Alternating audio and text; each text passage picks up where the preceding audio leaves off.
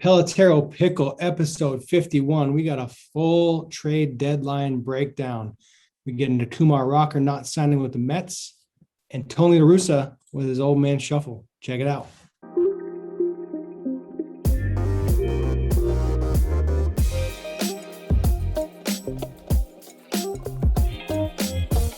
Pelotero Pickle, episode 51. It's a Sunday night recording here with Chris Colabello. Just a reminder, our mailbag is pickle@pelotero.com, or you can find us on Twitter at Pelotero Pickle. So pickle@pelotero.com for emails, at Pelotero Pickle for Twitter. Send us your questions. We love all the questions you guys submit. It's overwhelming sometimes. Keep sending them in. We'll get to them if anybody ever sends one. We got to keep asking because we want to be engaging with you guys. Engage with us. Chris, how you doing? Bobby, I don't know what you just said, but you messed it all up. No, I did it right. Emails, pickle@pelotero.com. And then Twitter is at Pelotero Pickle. We picked up a follower today. I saw that. So nice. Yeah, we haven't really hammered the Twitter push. Instagram's where the kids are at. So I guess that's what we're doing. It's going well over there. TikTok. Tell you what, TikTok, I've been really busy. I haven't been on TikTok. When you I think any social media, I mean, YouTube, Twitter, Instagram, any social media, if you curate your audience, it's awesome. TikTok, I've done a really good job. I don't get into any of the baseball stuff. It's all lawn care, it's golf, some fishing. It's awesome. And I haven't even gone fishing in a while. I just like watching the videos. I was talking about fishing today. Actually, I was talking about with a college summer league player about fishing, and he's going fishing tomorrow. But then again, there are a lot of college summer league players that are going fishing because they just leave their teams. Like the Worcester Bravehearts. I threw out the first pitch to the Worcester Bravehearts the other night. What a legendary moment. Two-seamer. And Andy Lacombe called it a slider because he was off to the side. Come on, Andy. I was like, Lacombe, it was a two-seamer. It was a little sinker. Automated strike zone probably would have got me the call because it had good hump on it. But yeah, the Worcester Bravehearts have had like 60 dudes on their roster. I've never seen that much turnover in summer ball. Like when we were playing summer ball, like I had to beg to get on a team. And then once I got there, I was staying. Now kids just come and go as they please. Well, I remember they didn't really like let people go before. Like you were on the team to play and get better and develop. Your college coach would place you. Your relationships there where like if you placed a player, you sent them there for the season. And like, say if you got hurt, obviously you go home, but it was like, you're there for the summer. You're there to play and get better and develop. That's the whole purpose of the league. Not to be like, I'm shutting it down. I'm going to go do something else. Yeah, I think it's the same now, but it's not. But people are like treating it differently. Can they release players? Do they actually like release people? You can cut a guy that's on a temp, I guess. But apparently the Cape was like, oh, you got a temp? Boom, you're gone after the first practice. Like, what? I just thought a temp was like a 10-day or whatever. You try to earn your keep. And it's like, I don't know why we're playing fantasy baseball with kids' lives.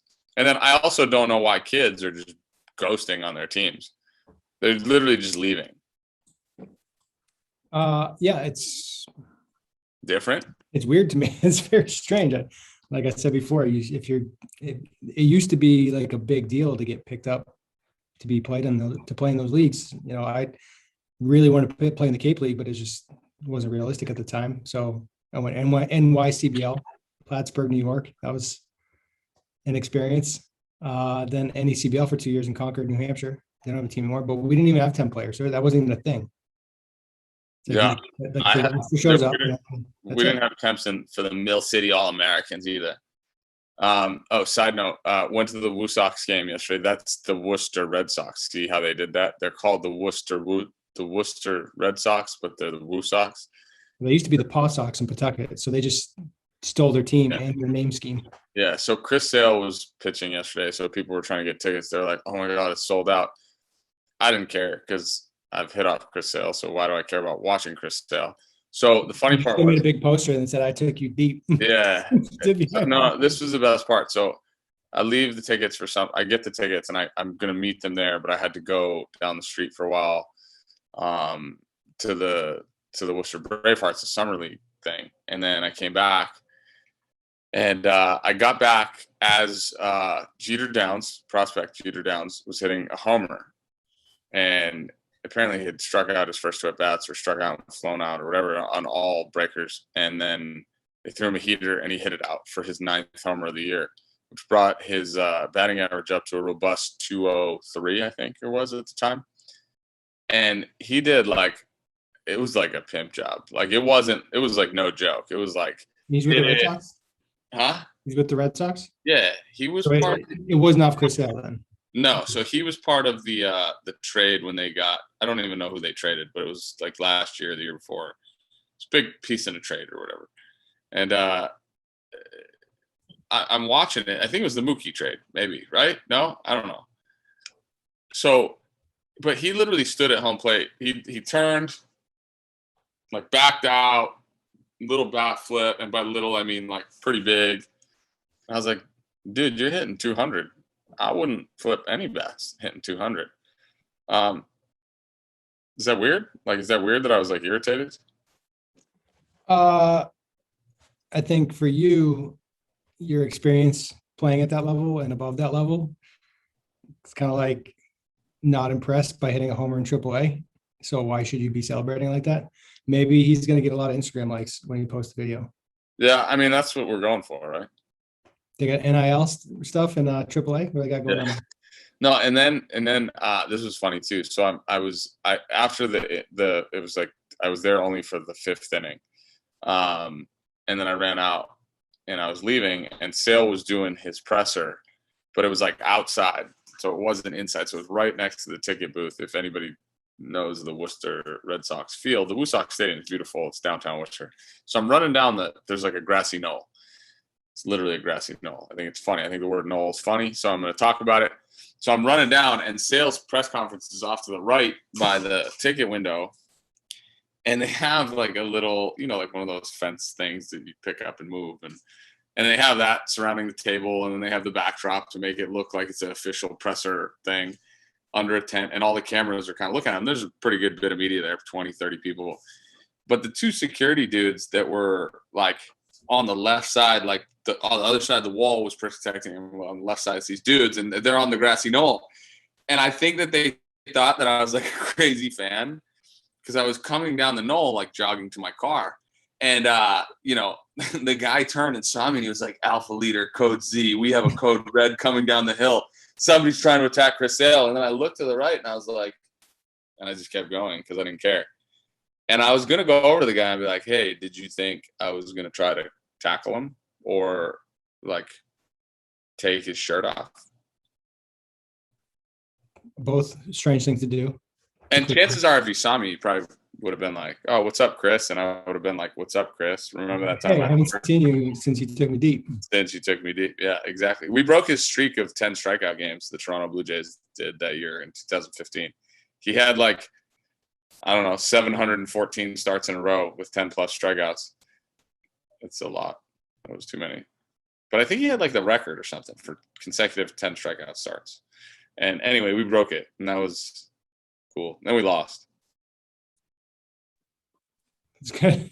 That's good. That was the home run derby call night, I believe, too. So that's cool. Yeah, you're welcome. Yeah. So big trade deadline activity in Major League Baseball. It was mayhem in the streets of the big leagues. There was a lot of action. Nobody plays for the Nationals anymore. Nobody plays for the Cubs anymore. Thoughts, reactions? Want to get some thoughts from you on experiencing a trade deadline as a player in a playoff race. But first, we got some big names out of the Mets. Rizzo's went to the Yankees. Immediate production. Gallo to the Yankees. He struck out and walked in every game, I think. I'm just kidding. No, he actually has. He probably has. Yeah, I checked the box score and it was 0-for-3 with a walk and a strikeout. So I'm like, he's either 1 for 11 or 1 for 12. He had a double today. But everybody thinks Joey Gallo is going to be the savior of the New York Yankees because right field's short. Yeah, he's 4 for 14. No, yeah, 4 for 13, 4 for 17. Too many. 4 for 13 is too good. 4 for 17. 4 for 17 with 6 punch outs and 5 walks. More punch outs. Yeah, no, that's 38% clip. That's about right. Yeah, that's his life. That's what he does. Why did the Yankees get him? The lineup for the New York Yankees. If I in my wildest dreams, and I was gonna the largest lineup in the history of the world. I was gonna tweet this when I saw it. The lineup for the New York Yankees today was Anthony Rizzo, lead off, Aaron Judge, Joey Gallo, Gary Sanchez. Like, did you ever think you'd see those four guys sitting in the first four spots on the lineup ever? No. I think Rizzo's a guy that was very, very branded with the city of Chicago. It's like when Pujols left the Cardinals, and now he's like, to see Pujols in Dodger blue is weird. To see Rizzo not in a Cubs uniform is very strange. Well, the funny thing is he was with two orgs before that, never in the show. No, but he wasn't Rizzo the brand. It was the whole Brizzo thing. Like Bryant Rizzo, they broke the curse in Chicago. It was a big deal. That core is blown up. Great pickup by the White Sox getting Kimbrel. I thought that was a huge move that didn't get enough press. Now they got your boy. Who's pitching the ninth? Hendricks got to pitch the ninth, though, right? I mean, unless he stops producing, he's having an amazing year. How about that? Was there ever a scenario in which you saw Liam Hendricks being the closer? No, that was like British, Jamaican. Was there ever a situation where you saw the mate, Liam Hendricks? If you type in Liam and then you go H-E, Liam Hemsworth. That's tough. Tough draw. Tough tickets. But was there ever a scenario where you thought 5 years ago that Liam Hendricks would stay the closer over Craig Kimbrel? Well, how old is Kimbrel now? Not very. But he was like good, and then he was bad, and now he's good again. He's got a 4.8 ERA, 0.48 ERA right now. You realize that this guy was ticketed to be the best closer of all time when he hit free agency, like numerically. He was ahead of all. Is that real? Yeah, he was ahead of all numbers. He was ahead of Mariano, was ahead of Hoffman, and it wasn't close. Kimbrel's got a 0.48 ERA. I did not know that. 23 saves. Cubs only had like 28 wins, so he saved all the games. Oh, that's funny. His whip is 0.69. We got a joke. I mean, they're both having a pretty good year. Hendricks' whip is 0.72. His ERA is 2.47, 26 saves. They got 49 saves on the roster right now. So that's a huge pickup for them. Let's go. All right. If you're the White Sox there, you go, this is awesome. Fundamentally, you didn't really overhaul. They're both kind of like high spin blow up guys. Liam's more 12-6 versus the sweepy kind of deal. Sure. But let's try to take it if one of them was like they're both like no, they're the same. So, but that's a good move. So I would say the White Sox, you didn't rattle, like from a player perspective, right? Because that was the initial question or topic of discussion.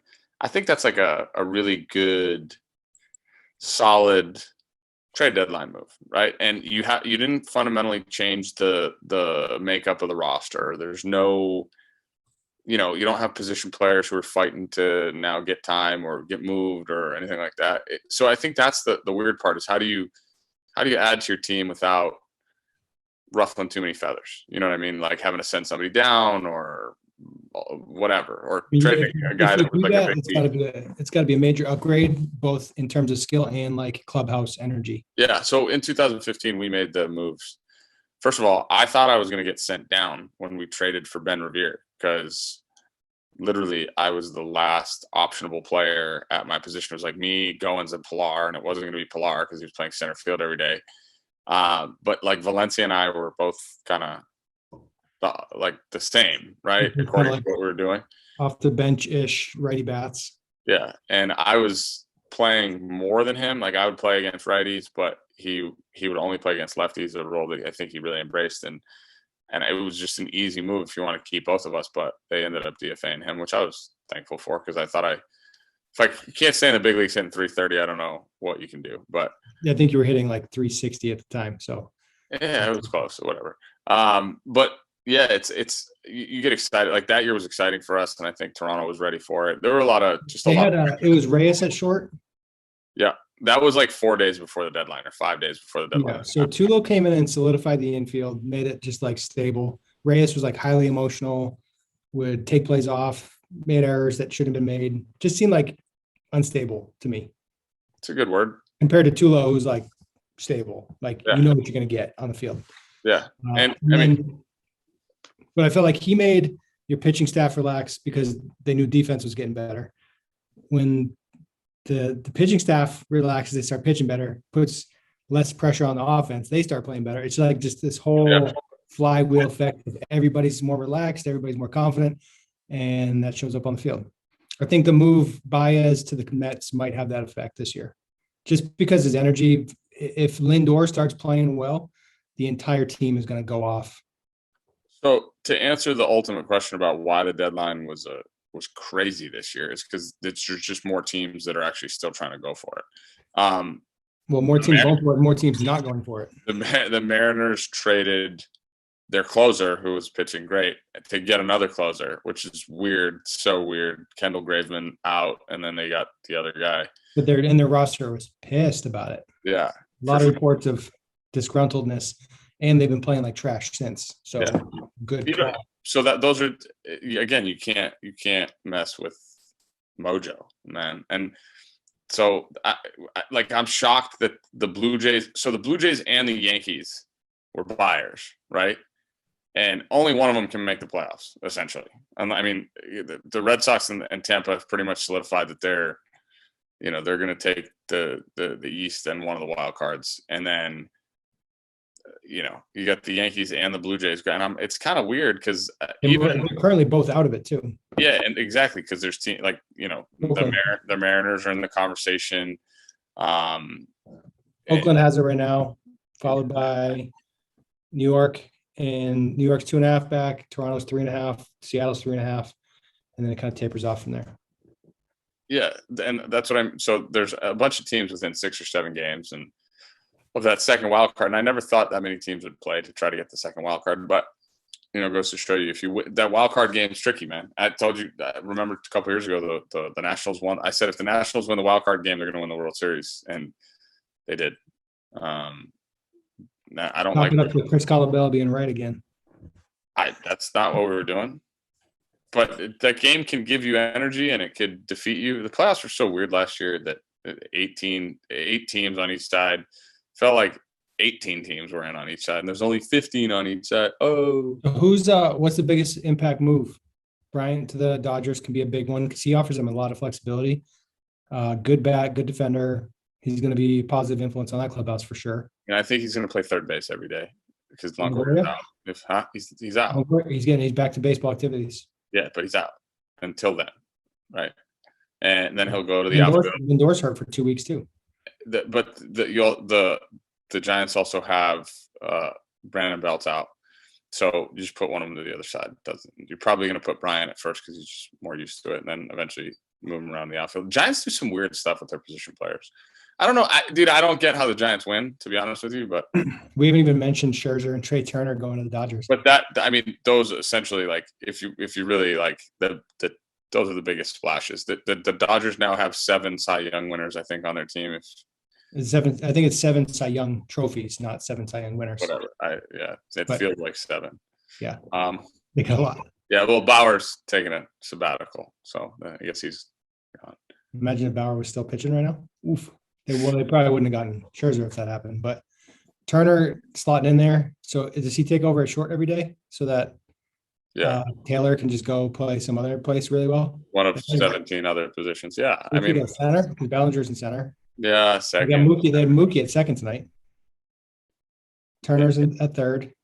You got a Turner left side. That's fine. I still don't understand why guys have to play like 6 positions. Just put guys at one position. Isn't that easier? Yeah, I would think so. I don't understand why guys have to play like 4 positions. Blue Jays got, what's his name, Barrios from the Twins. That was a good get. It seemed like they gave up a couple of big prospects to get him. Yeah, that Austin Martin kid. We talked about him. Prospect's only a prospect till he's a suspect. Jamie Campbell had a great tweet the other day that said, for all the pieces that we moved in 2015, when we got when we got the 5 guys that we got. The only guy that's really turned out to be anything, because we traded Hoffman, who was like big prospect, and he's been in the big leagues a little bit, but hasn't been like a huge impact guy. We traded the Castro kid, who looked like he was going to be the closer at the beginning of the year. Traded Daniel Norris, traded Matthew Boyd, and Boyd has really been the only one that's like been like an impact guy. Boyd was traded then? Huh? Which deal was Boyd with? He was in the Price deal. Him and Norris both went to the Tigers. I forgot Price was with the Tigers.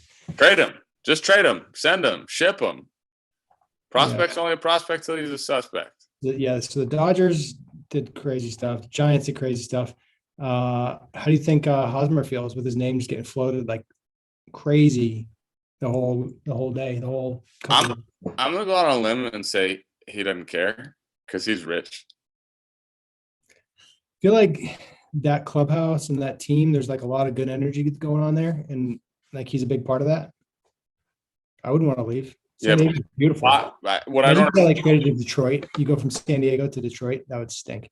Yeah, but I don't understand why they're talking about moving him, because Frazier will just go to the outfield. Yeah, I forgot Frazier, which was weird because he's a second baseman. They got a bunch of those, and then Tatis got hurt, so it worked out kind of not for the best. But the guy they got was leading the league in hits. Yeah, sayonara to the Cubs. Trent Story didn't get traded. I saw a thing about him going to the Yankees. I think he would have been a great fit there because that whole infield's kind of weird though. Urshela should be the everyday guy at third because he's a good defender and very solid hitter. If you put Story at short and you put what's his name, Glaber at second, where he should be anyway, and then you get DJ at first, and you don't need Rizzo.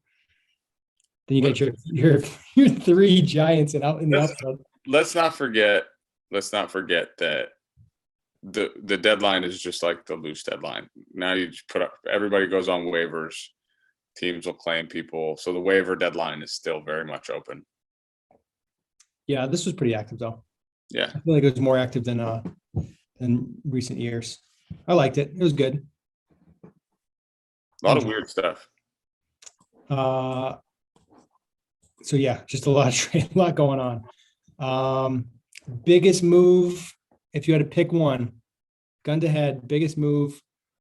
I think Kimbrel might end up being the biggest move, just because I see him, if he could be in like the Andrew Miller type role that he had with Cleveland a couple years ago, when he just came in and was just a fireman. Just anytime the game got tough, just throw him out there in the tough situation, blow it out, and you still got a stud arm in the back.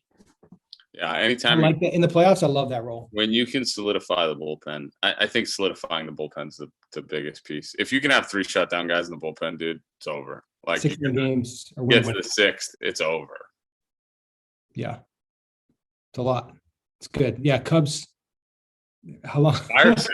The Ricketts family just bailed. They were like, "We're out." Well, they were talking about doing that. That was the story at the beginning of the year, was they were going to get rid of everybody, and then they were winning. They were playing well. I think, the first week of the year, they were the worst team in the history, and then they started playing really well. Yeah. The Mariners were the worst team in history for a while, and now they're in the wild card contention. So, Nationals and Cubs, love to be in those organizations right now. A lot of opportunities coming up. Trace Barrera, everyday catcher now. Yep. Good for him. Who was there with him? Yandy. My brain kept saying Yandy, and I knew it was a He while. got traded. Yeah, I know. That's what. He's good. He out. He go. Crazy. But yeah. Red Sox. Did Red Sox get anybody? Schwarber. Oh yeah, Schwarber. And the reliever that they traded Chavis for the reliever from the Pirates. They traded Chavis? Yeah, how does nobody know this? I didn't see that at all. Yeah, Chavis out, Pirates. That was great for him because what's his name Frazier just went to the Padres, so he's gonna go play every day. Yeah, he'll probably play first too. Doesn't matter. Just give me at bats. Isn't he small? Why is he playing first? You guys don't play first You're base. asking me questions as if like why does Kike Hernandez play 6 positions? I don't know. Like why Don't does put Chris big guys Taylor? in first baseman. I always liked having a big first baseman because then you have more confidence. Yeah, what a novel idea. Put a tall guy that can hit it first. There's like 11 first basemen in the big leagues that are hitting like 220 or less with like a less than 700 OPS. Apparently I'm not good enough anymore. Sorry. You're pretty old now. I'm not that old. You still have options? Yes, I'm optionable. Look at that. You're a great sign right now. That's what I'm saying. So, options. Let's get you out on the field. And dude, if I hit in Worcester, what a field to hit at! Like when Gale Forster, I told the farm director for the Boston Red Sox I would hit 50 homers in Worcester, and that's like my town too. I would just be down. Listen, put me in AAA. If I don't hit 40, you can cut me. I need to play every day, but if I don't hit 40, you can cut me. Was it Bill Hessman? Was that his name? The big old dude that hit a bunch of minor league homers? Mike Hessman. I was close. You just went with Bill Hasselman and Mike Hessman in the same guy. It's a logical leap, though. It makes sense. Yeah, I mean, just get Ray Fagin on the phone. He's never gotten the job done with the Red Sox. Yeah, ever. I know. You've got the Assumption connection. You've got the Ray Fagin. You've got the Rich Gedman. You've got you played in Worcester for 7 years already. You know the city. Pete Fatsy's the hitting coach in the big leagues. We got all the reasons in the world. The farm director is Brian Abraham. Played against me at St. John's. Played at Holy Cross. I saw him today. Literally saw him today. There's a lot of good reasons. I know plenty of people. I met Heim Bloom at Sammy Folds charity event a couple years ago. You were on the cover of Worcester magazine in 2006. That when it said I was making $750 a month. That really helped my dating life. The bat. Kumar Rocker, not signing. So there's a bunch of rumors that it had to do with his medical. We have a college coach friend who said that there were questions about his health towards the end of the year. His agent came out, Boris, and said, no, he's fine. They did MRIs a couple years ago, compared him to post the season after they had more MRIs done after the college season. MRIs are clean. There's no issues. Wait, I have a question. People were like, oh, it was pretty obvious he wasn't right at the end of the year. I was like, why? Because he gave up a run? Like, what? Like, and he pitched on. This pissed me off. Sorry, I got to talk about this. I'm putting my hat on sideways for this rant. Why wasn't he right? Because they were playing against good teams, and his line was like 6 2/3, 3 hits and 3 earned, like with 2 walks. So he didn't. Oh, it was clear that he wasn't right. What does that mean? It means he didn't pitch a no hitter. Yeah, he didn't throw 8. He got like with 14 punchies. I'm trying to get to his game log right now. The Vandy site's not cooperating. And he had to be 100 and I don't know what 50, 180 innings into the year too. 100, maybe not 180, but like 140 innings into the year, right? He probably made 15 starts, 16 starts. He was 14-4. 20 starts. 14-4 with a 2.7. He had 122 innings pitched. 179 said his velo was down. 179 strikeouts. What else we got? I feel like I'm saying a lot tonight. I'm gonna try to stop doing that. He went 4 1/3 with 6 hits, 5 runs, 4 earned runs in his final start against Mississippi State. Against arguably the top 3 offense in the country. And it wasn't on full rest. So if his velo was down like 2, maybe 2 and 3 miles an hour, could he be fatigued? Could he just not have his best stuff? The kid earned his money. Like he earned his money. Just pay him, dude, and he'll be fine. He's gonna figure it out. So what if he has to have TJ? Who cares? That's pretty standard at this point. Yeah, everybody's having TJ. Just come back throwing 5 miles an hour harder. If it was a shoulder issue that they thought there were bigger concerns for, I would get that. But maybe he had COVID and didn't know it. No, I don't want to start that rumor. That was a joke. We can't joke about that. That's not a good thing. Delta variant is real, etc. What's he going to do? Who was it? Was it JD Drew did this? Max Scherzer did it too. American Association. Max Scherzer did this? Straight out of college? Yes. Where did Scherzer go to college? It's a good question. You feel like Missouri or something? I know he pitched in the American Association. I want to say it was the I feel like he went to like Texas team. We played for Missouri. I got that right. How did I do that? He's from Missouri, went to Missouri, 11th round pick. His minor league first year was with the Kansas City, whoever it was. Who did he pitch for? This has him with American Association. AA, American Association. Yeah. It doesn't say what team it was. ARI. What's ARI? Arizona. He didn't get drafted by Arizona. No, I'll figure it out. He did. Yeah, he did get drafted by Arizona, but he pitched in the American Association. I want to say it was either Kansas City or I can't remember the team I played for. So anyway, right now the move for him is to sign a 1-year deal in Japan worth like $2 million. Just go. Go ahead. Go pitch the rest of the year in Japan. A lot of people are saying he should go back to Vandy, do the whole NIL thing. Not gonna make any money. He'll make way more money not doing that. He is probably the one of the biggest guys that could draw money. I don't know what his social profile. All right, I don't know what social media accounts are like. I don't know if he has any desire to do that. I don't know if he wants to go to class. Time out. Okay. What are his NIL things going to be? It's not going to be a glove because Fort Worth Cats, by the way. Fort Worth Cats is who he played for. Right. So it's not going to be a glove company which a pitcher glove company is huge because you're on the screen because you have to wear the glove company that the school uses. So it's not like they use Wilson at Vandy, so he can't do that. He can't do a brand. Why couldn't he? Because they have to wear what the school. Yeah, but he could rep another brand and just wear that. Doubt it. 100% doubt it. I could be wrong. That's tricky. Yeah, it's tricky. So this is a great example of if a team has like a Nike deal and a Wilson deal, and you got to wear these spikes. Can you wear your own stuff now? So Bobby, Major League Baseball. When it was Nike, it's Nike now, but we had Nike undershirts. The reason why Nike started making the undershirts with the swoosh on the neck was specifically for Major League Baseball, so that their brand would show under the uniforms when the uniforms were majestic. You were allowed to wear other companies, but you were not allowed to show the brand. So you could wear the not Nike shirt, but you couldn't show the Adidas or Reebok or whatever the Under Armour brand under the shirt. So they would catch you. Major League Baseball would catch you because they had a huge deal in place for branding purposes.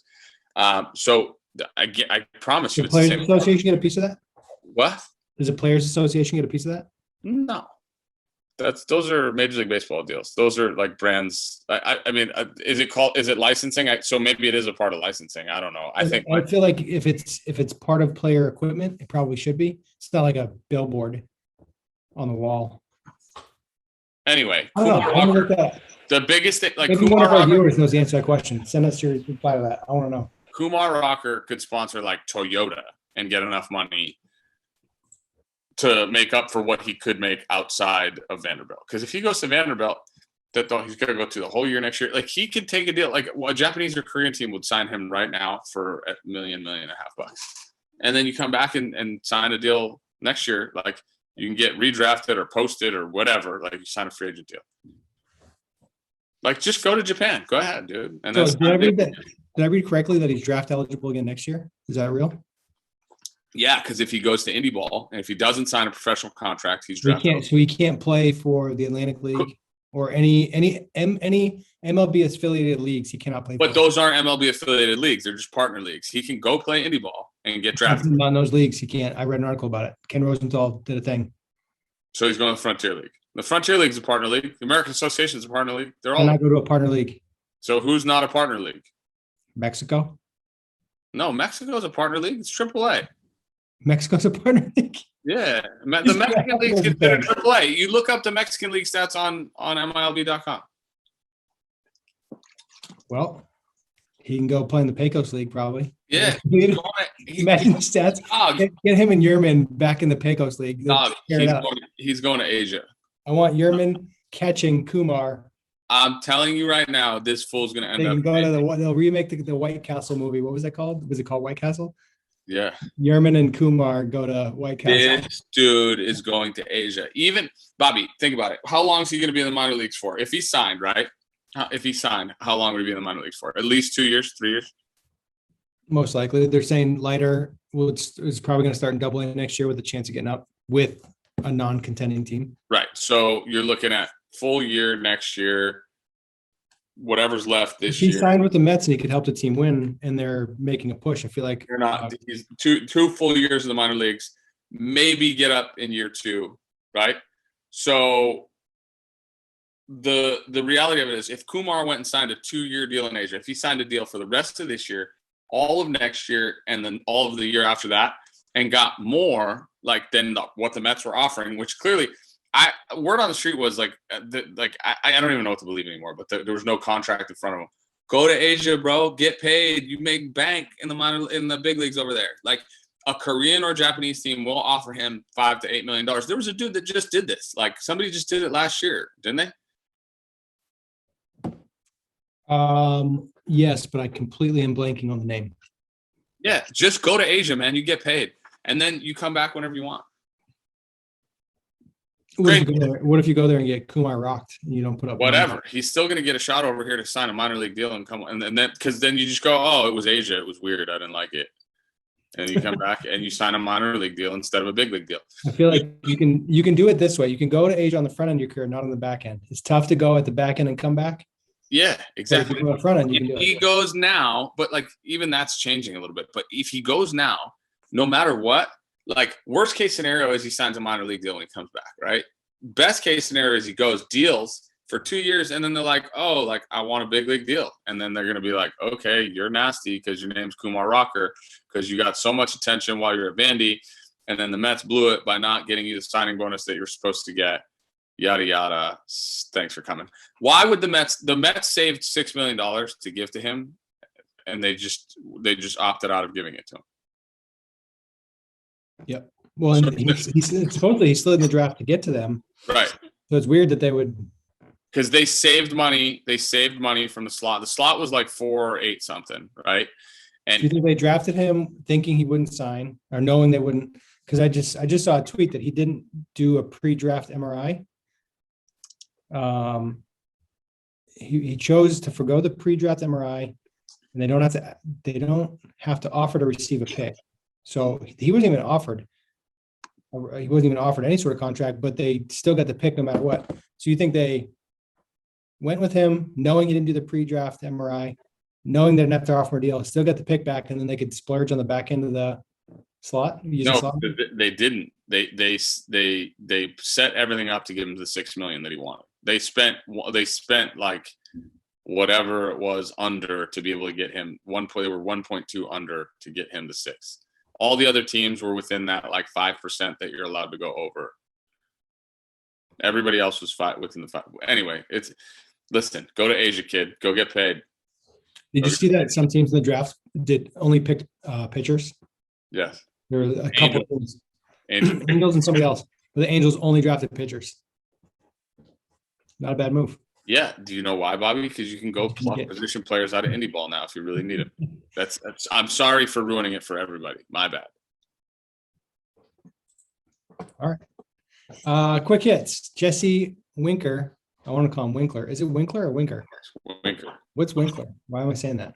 What's that from? Henry Winkler. Henry Rosengardner? Henley Rosengardner? That's what you just said. Henry Rosengardner? Who's Henry Winkler, Bobby? You're Googling it right now. Look it up. I'm not. I'm late. I feel like I should know this, and I feel like it might be inappropriate. Winkler, he's a actor. Which one? He's a Waterboy guy, Waterboy coach. Who's better known as? The Fonz. Thank you. There we go.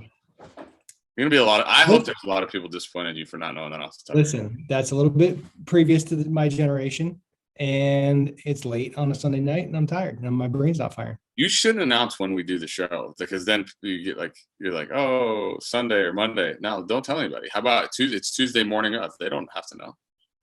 Well, if there's any big news that comes out overnight, we're gonna miss it. So that's all right.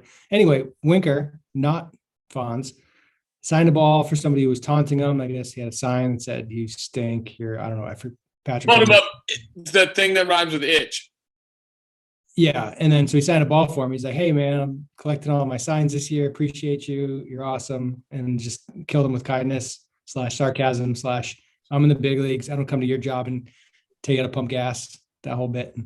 Jesse Winker was one of the most dry, like edgy dudes I ever played against. Like loved his personality, like because he was the kid that was in AAA that was like pissed that he was in AAA, was good, didn't know how good he was gonna be, but I liked him. I was like, man, this guy's he can hit, he can play. Well, I kind of gave you like I think you're a little bit of a punk, but like super probably like me. That's why I was like liked him but hated him. So I'm not surprised at what he did. And I wouldn't put it past him to be collecting signs. And what you do to fans that are taunting you and talking crap to you is you kill them with kindness, and like then they like succumb to the fact that you're awesomer than they are. And then they want to be your friend, and then you could opt into being their friend or not. Because every fan that talks smack online, like this still happens to me. I don't know why. I'm like not even relevant anymore, except for this show. I get messages all the time about like the steroid stuff or whatever, even just about like Toronto in general. And I'm like, do you really feel like I'm bothered by your hate messages? Because like people always say this, like, if that person actually ran into you on the streets and you gave them the time of day, for even if like without knowing, they would try to like befriend you, right? Because I'm cooler than you are because I played in the big leagues, like just as a general rule. Like, and you're a dude who like writes stupid crap on Twitter. So like by default, I'm cooler than you. Like look at my bat rack. Look at how cool that is. Yeah, it's like Jimmy Kimmel going on the street or like Jimmy Fallon. And they'll be like, "Oh, what do you think?" They went to New York with David Ortiz, and they were like, "Oh, what do you got on?" That's a good one. Yeah, to the best locker mate. Frankie wrote to the best locker mate. Like that guy doesn't have his bat signed. I do. I was the best locker mate.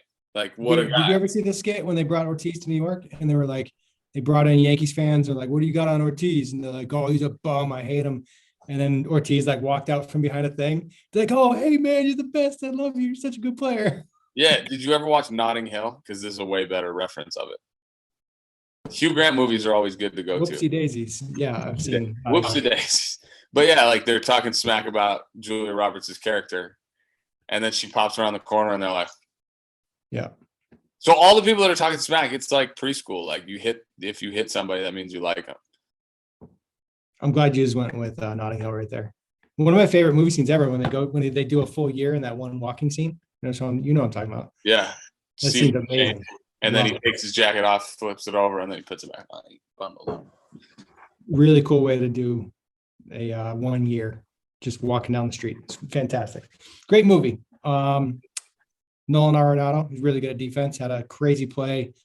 Adam Wainwright, he like hit a chopper down the line. He threw it to second base instead of going to first, got no play. I haven't heard much about Nolan Arenado this year. Yeah, I was going to say the same thing. That was my biggest takeaway. Was like, oh yeah, he's still playing baseball. It's weird that you heard more about him in Colorado than you did in St. Louis. And like, I mean, he's on a long-term deal in St. Louis now. So St. Louis keeps their guys on the radar. Like most people don't know Paul Goldschmidt's alive either. Yeah, I mean, when McGuire played there was a lot of press about him, a lot of hoopla. Pujols, a lot of hoopla. St. Louis just takes care. No, but like St. Louis, nothing. Like you can just go and chill, bro. Like, and if you win, people are happy. If you lose, like they get it. You know, Midwest people out there, huh? It's good. I feel like they're good fans. I feel like the Cardinals fans are good fans. Best fans in baseball. Not even close. You agree with that? You're on board with that? Best fans in baseball. It's not close. What define that for me? Because so they support their players, they support their team, come hell or high water. And they don't like hate on people. Like there's no hatred. Like it allows it allows you to just you understand the team's trying, you care. But sometimes you lose. Sometimes you win, sometimes you lose, sometimes it rains. But it's not when people try to tell me that Red Sox and Yankees fans are like the best fans, but like we're just like, you just bury guys. Like, oh my God, you're 2 for 26. Like, you're the worst. Like, Joey Gallo is going to get lambasted in New York because he's going to go through stretches where he's 0 for 20 with 16 punches. And they're like, oh, dude, we got Joey Gallo. It's so nice now. And I'm like, bro. He's going to hit so many homers in right field. Yeah, like, go get some coffee. Hey, I'm going to do my New York accent now. You know, I'll talk about coffee. We got this guy, Joey Gallo. You can hit some homers, bro. It's, you know, it's crazy, dog. We got this Gallo kid, you know, and now he's going to go 0 for 20. And they're going to be like, boo. Like, I saw a funny tweet. They were like, oh, like, Yankees really, like, searching for more contact hitters, trade for Joey Gallo. Like, what? Like, their whole lineup is a true outcome. It's just one big true outcome. And now DJ LeMahieu's, like, basically out of the lineup. What's wrong? Is he so old now? No. They stink. And he won the batting title. He got paid, so he's chilling. And they stink. You should just hit homers to right. That's what you should do. Yeah, he's still hitting good. I mean, he hit 280. Like, he's on the wrong side of his slider, you know? He's probably a 300 career hitter, right? That roster is absurd. Absolutely absurd. Dude, they got Rugned Oder playing second. It's just one giant. They're happy about it. And they're happy about it. That's their guy. Like, they feel like he brings good energy. Literally, they went Rizzo, Judge, Gallo, Sanchez, Oder. Who hit 6th today? I'm pulling it up. Torres. Did Torres hit 6th? I'm pulling it up. Like, it was absurd. I looked at it and I was like, what just happened? They played Tyler Wade was the only guy that could, like, accidentally hit a single today. Rizzo, who hit a single to tie the game. Judge, Gallo, Sanchez, Odor, Torres, Gardner, Wade. Gardner and Wade were like, hey, we got a chance to get on without one of the true outcomes. How come they paid Stanton so much money to not play baseball? He's getting paid so much. What's going to happen when Judge is a free agent? What's going to happen when Voit comes back? What do you mean? Where's who's like? I thought I saw something that they were going to try to trade him, and I forgot that they didn't trade him. Yeah, is he out for the year? They have the largest roster ever. They're just the New York. Fighters. And they got Oder, who punches people in the face. Good. Yeah. Well, he's probably the toughest guy on the team. We need to get Joey Bats on the pod when he gets back from the Olympics. Dominicans blowed 2 leads in the last 2 games. They blowed 2 leads. You're really good with grammar most of the time, despite your blown, but you heard blowed because I mumble. Love it. He says they have the largest roster. We need to get like one of those random Twitter people that does random stats, like total height in inches and total pounds on the roster. It's got to be up there. Definitely winning a fight. I mean, there's no doubt they're winning fights. They're just Chapman's enormous. I mean, most big league pitching staffs are like 6'3" and up across the board, but that's a large lineup. Yep. Olympic baseball, Mexico first guy's out, by the way. Mexico. Ryan Goins in Team Mexico, first team out. He got his first start in the like elimination stage. He got a hit. He pinch hit. First time in the history of baseball, Ryan Goins pinch hit for somebody. You think he watches Pelotero Pickle? He's going to have some words with you for that one. Great defender, but I wouldn't say that. I was going to text him a picture. So the whole dugout for Mexico looked like super disappointed after, right? Because they lost to Israel in the first elimination game. Israel's decent. They got a decent little team. And then Gogo was in the dugout. They showed his face. I don't know why they went to Gogo because he's American. He's not Mexican. And they showed him, and then they showed everybody else stayed in the dugout for like 30 minutes after the game. He was like, I'm going to shower. I'm going to get out of here. I'm going to go root for USA because I came to help them win because I'm American. I'm the least Mexican person ever. The same way Danny Valencia, least Israeli player of all time. Cuban-American playing for Team Israel. Hit a bomb yesterday. Did he really? Yeah. Was he a lefty pitcher or no? No. It's shockingly he could hit righties too, but he only opted into lefties. Who's Gogo with right now? The Braves. Braves? Yeah, he's the Blue Jays 2.0. Yeah. What else we got? Tony Russa, old man run. If you haven't seen it on Twitter, check it out. I think the most cliche one was like, you got to poop your pants and you got to run, or you got to poop so bad that you can't run. Just like no like extension with his leg at all. Just a old man waddle, just running out there to defend Abreu from nothing.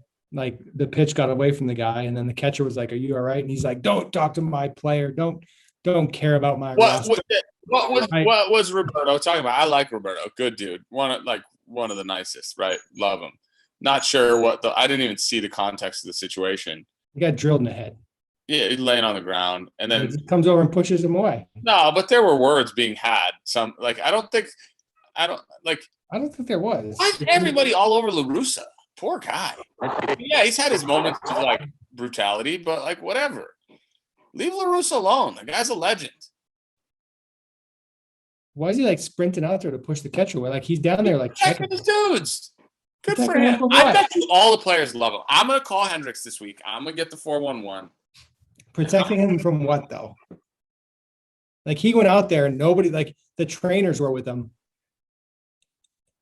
Or no, the umpire was there. The third base coach was running in there pretty good. Why are we trying to presume about the presumptuousness of presuming presumptively?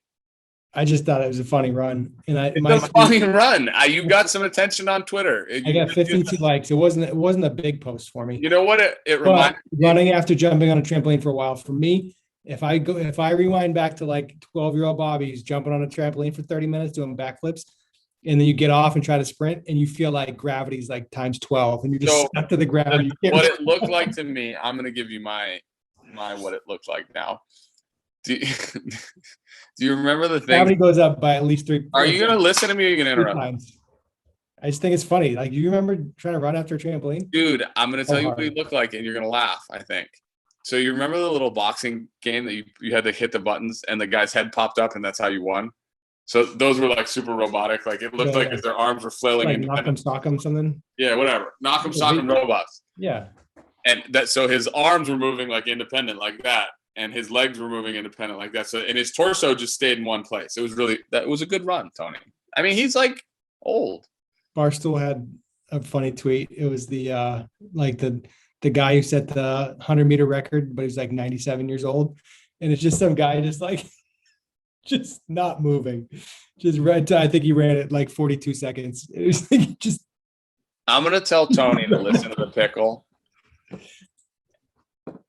I'm going to have Hendricks have Tony listen to the Pickle. And I want him to know he's a good old boy like me. He's a paisan, got a vowel on the end. I'm defending you, Tony. I think you're moving pretty good for your age. He's had a heck of a year with stuff happening, with defending the game of baseball, with potentially throwing his players under the bus, with there's been a lot of attention on his managerial tactics. White Sox are in first place. Winning. They are in first place. They have completely run away with that division, I'm pretty sure. Last time I checked. Yeah, they're 9 games up. Yeah, it's over. I mean, they've got a great team. He's won before.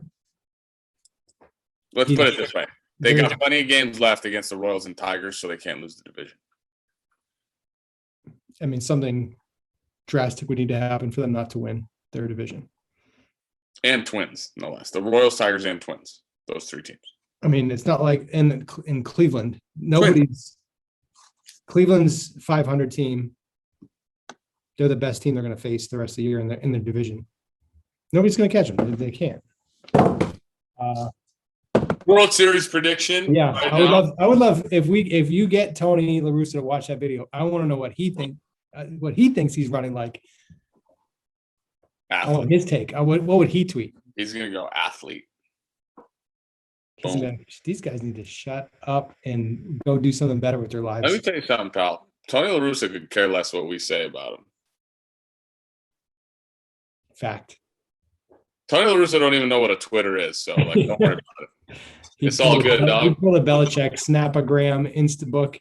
He'd do that old bit. Post show. Why are Australians so good at swimming? I asked Twitter this question, and they said sharks, and that they're an island.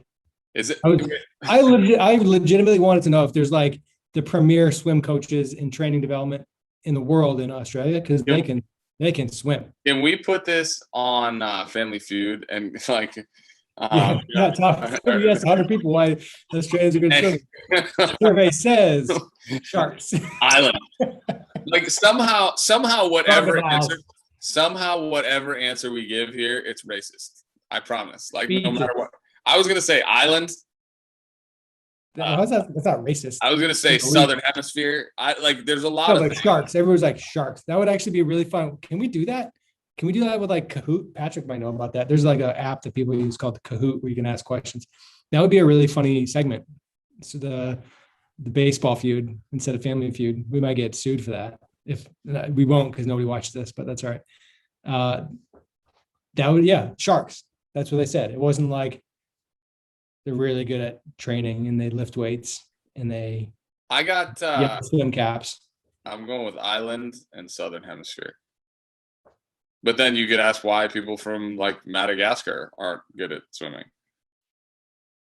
It's an island in the Southern Hemisphere. Well, it's Sicily. Dominican. So that's getting borderline racist if we're going that. Like Sicily is in the Northern Hemisphere. No, Cuba, that'd be inappropriate, but you could say Australia is an island. Very different circumstances.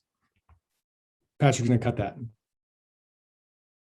Maybe you should. I don't know. What Americans are good at swimming too, though. Yes, very good. There's one dude that won a bunch of medals. Dressel. Bunch of tattoos. A lot of tattoos on that guy. A lot of tattoos, fast swimmer. Did you see that? His wife did an interview that was interesting, talking about, I don't remember, but I liked it.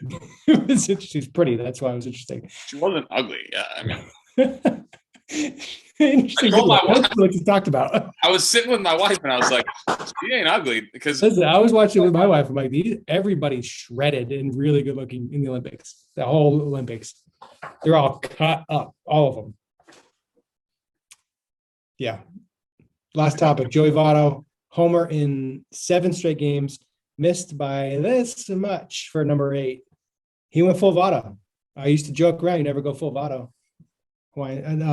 Tropic Thunder joke right there. But he's trying to hit homers. They asked him, what are you doing different? He's like, I'm just trying to hit homers. So obviously Twitter said, confirmation bias, try to hit homers. It works. So moral of the story is just try to hit homers. So another moral of the story thing. So good for Joey Votto for being awesome and still raking, because he still rakes. Because if you rake, then you still rake. Raking, it just gets lost for a little while because hitting's hard. So anyway, I posted the picture of Bellinger the other day when he hit the homer, and you see the picture I posted of like, does anybody teach this position, right? Of course, Joey was like kicking stick. Yeah. And he was like, what do you mean? Cunha coming in hot with a what do you mean? And ironically, my guy Rich Gedman was like, I saw this and I didn't really know what to think, because Rich Gedman and I talk about on Twitter. Yeah, Gid's on Twitter. I was like, Gid, you saw my post? I was like, that's so sick. We should just write tweets to him without tagging him. I was like, Giddy saw my post. Giddy saw my post. If anybody's listening and not watching, I'm doing a dance. Giddy saw my post. So anyway, my point was actually to be cryptic on purpose, because I think a lot of people read it like, oh, we should be teaching people to get their back knee to the ground with their hips completely open and their torso turned to the first base dugout with the bat like basically landing behind us. And I was like, no, like just athlete to get there, because like he hit a breaking ball. Obviously hit a breaking ball. I didn't need to know. I haven't even seen the clip of the homer. He obviously hit a breaker down and in, cleared like crazy, got low with it. Athleted like a maniac, and like that's why he got to that position. So if so facto, Votto trying to hit bombs is just letting him athlete again. It's not like, oh, like hit everything in the air. He's trying to hit balls hard to center field, get through baseballs, and he just, the way he said it, as you said, full Votto. It's like, dude, when you just get back to hitting and trying to like create damage, like good stuff happens. Like Donaldson used to joke about, like he didn't joke. He doesn't know how to joke. He would be like, you can't try to hit a single and accidentally hit a homer. You can try to hit a homer and accidentally hit a single.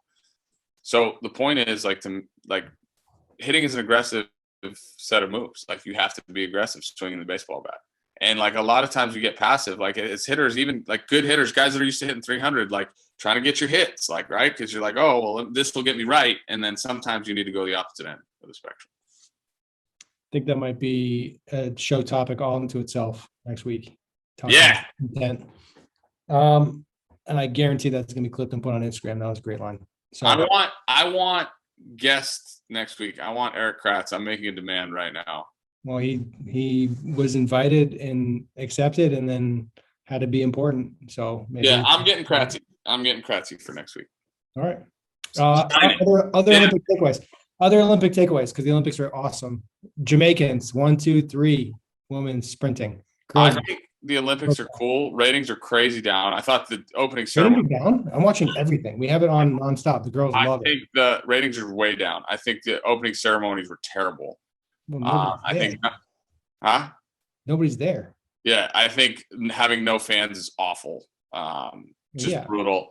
Athletes are like literally like they're super quarantined. Like they can't do anything. Like Joey Bats told me they're in jail. Like the sprinters are coming off the track and having to hand sanitize and then put a mask on in the arena. It's so overkill. It's absurd. I hate that part of it. Like the swimmer just got out of the pool and won a gold medal, and they're like, put a mask on for your interview. Like, let's pump the brakes a little bit. I mean, we just time travel back a year in 3 months.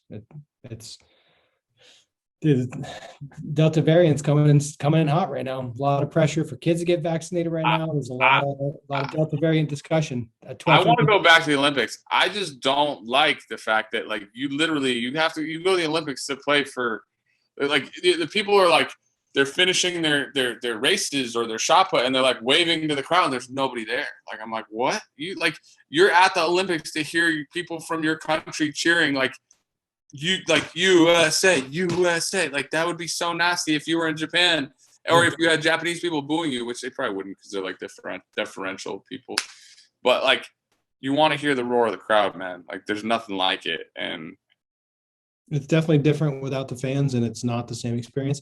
But I loved watching it. The most gut-wrenching thing ever is when guys false start or girls, the track athletes false start, and then they just like leave, come up and hold a red card in front of their face and like get out, and they just walk away. I saw it's sad. You trained for 4 or 5 years to get there, and then it's like leave. You just left 0.16 seconds too early. The British champion, the women's British champion in the 400-meter hurdles.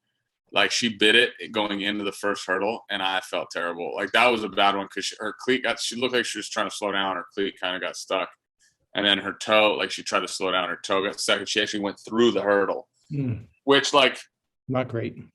Could have been funny, but you feel bad because like it's terrible. Oh, the false start's just terrible though. Yeah, they did this whole thing. They talk about it, and like I don't know what is the cause for when it's not a false start and you can stay. I don't know. I don't get it. I have no idea either. And it's like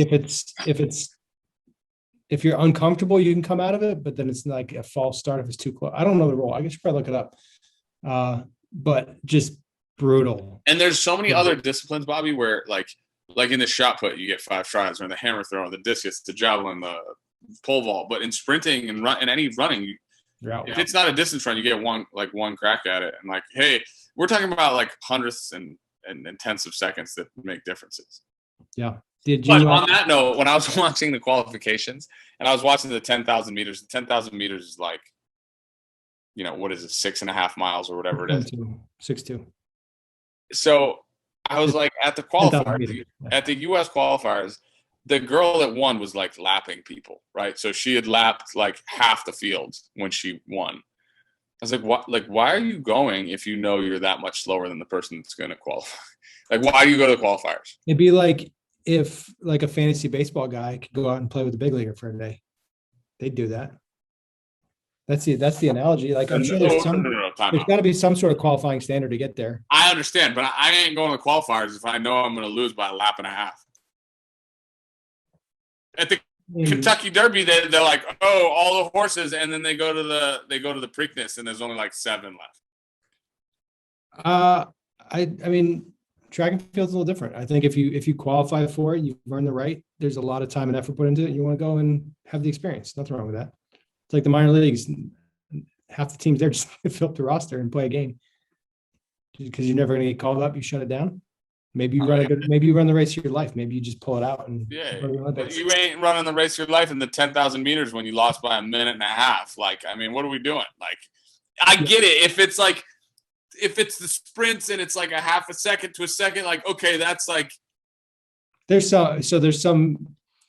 Like I end up laughing at them, and I really shouldn't because they're in the Olympics. But there's some people that come at like even in like a 400-meter race, they're coming in like 12 seconds back. Like that's what I'm saying. They're not even in the picture. But so like that person shouldn't go to the Olympics. No, what I'm not. It's not. I was talking about the Olympic qualifiers. I wasn't talking about the qualifiers. Trials. Yeah, you get to go to the Olympics. You go, whatever.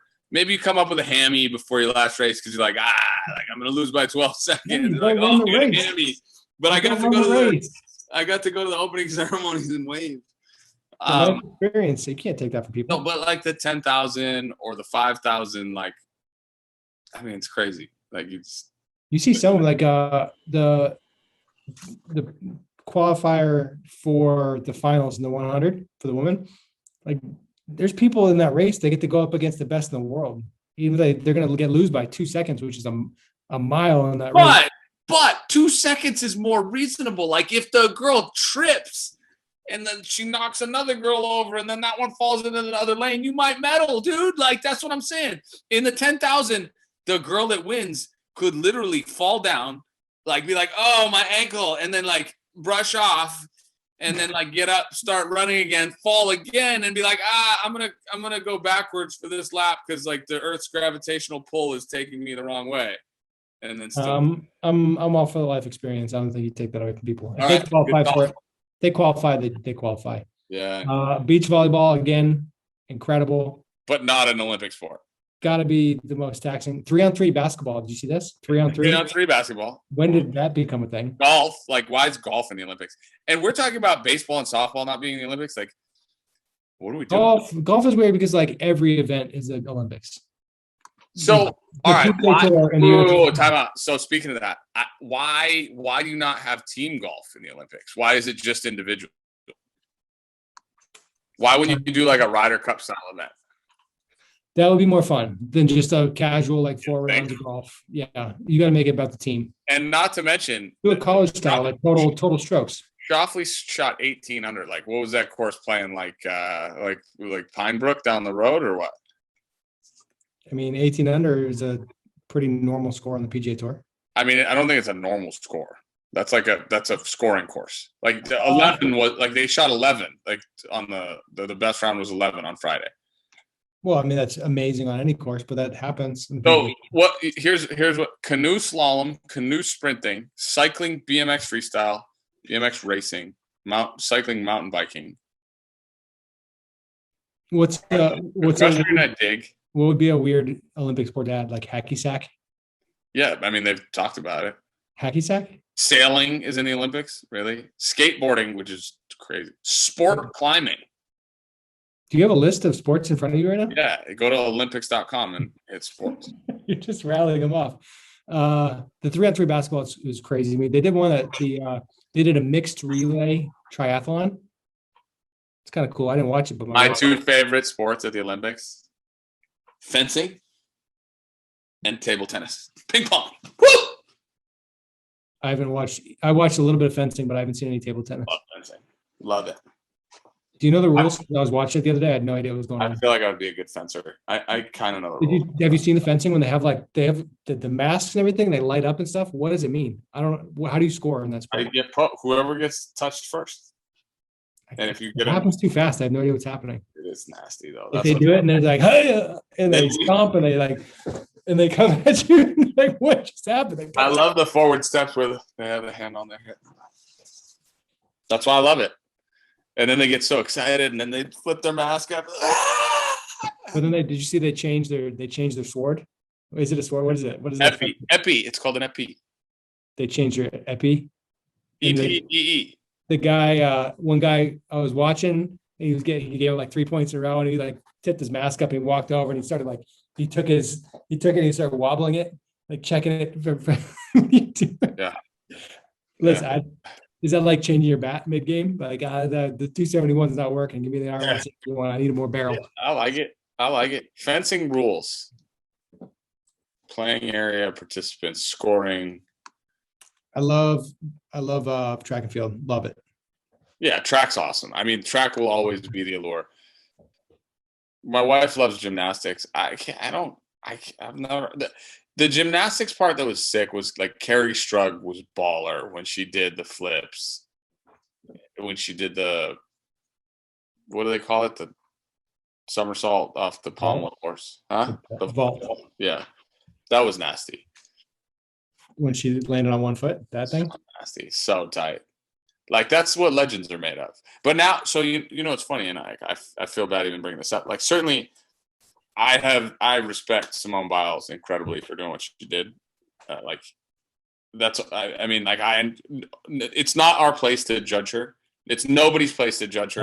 Have you read up on the what do they call it, the spin, the to twisties? Have you read up on that? No.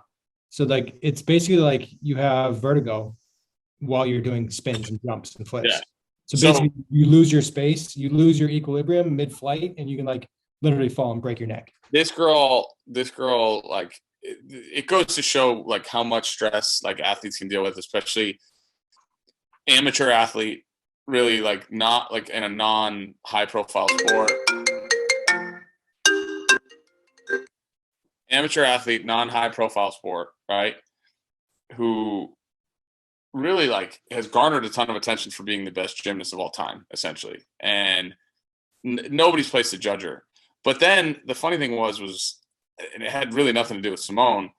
They're talking about how, you know, the Carrie Strug and those teams, like all the stuff that had happened previously with U.S. gymnastics and the guy that was a scumbag, that was the team, whatever, doctor.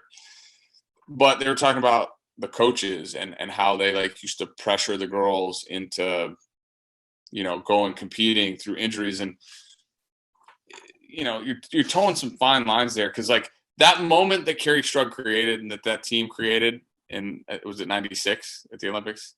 Yeah. I forget exactly what year. Probably like the single most like standout moment in Olympic history. Right. In gymnastics anyway, for me, I mean, in my lifetime. And, you know, you sit there and you wonder, like, what like the stress on these young kids, because they're young. Like the gymnasts are relatively young. I think Shannon Miller was like the oldest gymnast to compete at probably like 23 or whatever that year. And by the way, there was an Eastern European gymnast this year that was like 47. Fact. There's one girl there's one woman that's done it for like. Yeah, that's her, same one. Yeah. But anyway, my point is like, where's that line of like, you know, being like pumped, like having coaches like try to inspire, motivate, and get you to go to that level where you're capable of doing something legendary like that. And then, you know, how do you toe that line? Like it's a really interesting paradigm, man. And I feel terrible for Simone, and like obviously like respect for like doing what she did. You know, in retrospect, did she try to gut it out? Like it's not my place to judge her or think about, or even think about it, because like obviously she's an elite. So I had concussion issues when we played together in 2006, and one of the hardest things about it is it's an injury you can't see, so people can't be like, oh, like she broke her ankle, she's in a cast, she's on crutches. You can understand that. The challenge with this stuff is like what you're describing here is the balance between being tough and being stupid, and playing hurt versus playing injured. There are lines there. And I think there's a huge push in mental health right now, which is not a bad thing at all. There's going to be some, like, at what point does it become an excuse? At what point are you not being tough? Where is that threshold line? That's the part that's on the fence. I mean, I played in college with whooping cough. I literally would like I'd get on base and hit a single and then go throw up in foul territory and keep playing because I would cough so much that I threw up. You just keep playing. I'd like make a dive and play and like throw up from coughing. Like I should have been playing through that. I played through many injuries that I should have been playing for. From a mental health standpoint, like where's that line? It's tough. And is it just an individual thing and it is what it is? It's a really, to me, like you and I both have dealt with tough stuff and depression type stuff going on. And like, I think we talked about that in one of our first Pickle episodes. Dude, if you don't have your mind, it's over. Like it's Yeah. over. If your brain is not allowing you to go to the place that you need to even have a chance to be good, forget it, dude. Like forget it. Like, and the stuff's real. And I like, look, I never, we're getting talk show here and deep or whatever, and I never thought of it as like mental health, right? Because like when you're growing up, you try to be a tough athlete and you don't want to back down from anything. But like you hear stories about this stuff all the time with athletes, high level athletes, people that, especially in the Olympics, like the Olympics where it's a once every 4 years. We're just talking about like the track athletes out false start, like you're done. Like I just got to go home and deal with that. Think about it. You allow that to creep into your brain. And this is the part where I think athletes are right in saying, you know, teams aren't providing the resources that they need. Countries maybe aren't providing the resources they need. But what I've learned, Bobby, is that most people don't know how to talk about it and create the context. Because the first thing you have to do as an individual, in my opinion, to really get a handle on any of this stuff is you have to like allow yourself to understand that you're human and that you're vulnerable. And most of us as athletes, we try to be the opposite when we're growing up. We try to be like tough and battle through injuries, like play through pain, all that stuff. And the first rule of like overcoming your mind is like, I think understanding that you're susceptible to it and not trying to like downplay its power on you and your own thoughts and your own, you know, I guess there were times when I told myself I was crazy. Like I literally felt crazy. I was like, there's so many things going on. And that's why like being able to channel your mind and get it to go to the right places. And you just never know what the factors are going to be that take you to a certain place. And because like you have so many things going on around you, right? Like every day could be a new challenge, a new paradigm. And again, like if you look at the athletes that I respect the most in my like looked at and revered, they just had this uncanny ability to like separate everything else from what they did. The Jordans of the world, the Bradys, the Jeters, those are guys to me that they had to have had like their brain in a really good place. And yeah, I mean, it's scary stuff, dude. And I think we just need to do a better job as a society as a whole. And like just understanding how impactful our words can be on other people. It's messed up, man. Like it's just messed up that people want to hate because you don't even recognize like what you're doing to others. And like some people think it's funny. Some people are miserable and they want to do stuff. And I don't know. Yeah, it's going to be something that gets a lot more press and a lot more airtime, and that's not a bad thing. Everything you were just saying, I agree with. We definitely grew up in an era of push through, keep your mouth shut, grind, don't talk about it. Be put on a face of toughness at all costs until you get to a breaking point, I guess. And I think this generation is going to grow up in a very different space than that. So yeah, we'll see. It's nobody's place to judge it is all. That's all what I think. Like unless you know all the facts, and even if you do, whatever. Well, I think there's going to be a lot of judgment. So let's see how it goes. Older generations are not going to respond to it very well. I don't think a lot of them. Some will. Some, I think people that have gone through it and have the experience themselves will be like, yeah, this is serious. But I think we have to. I think we just have to. We have to toe the line at like.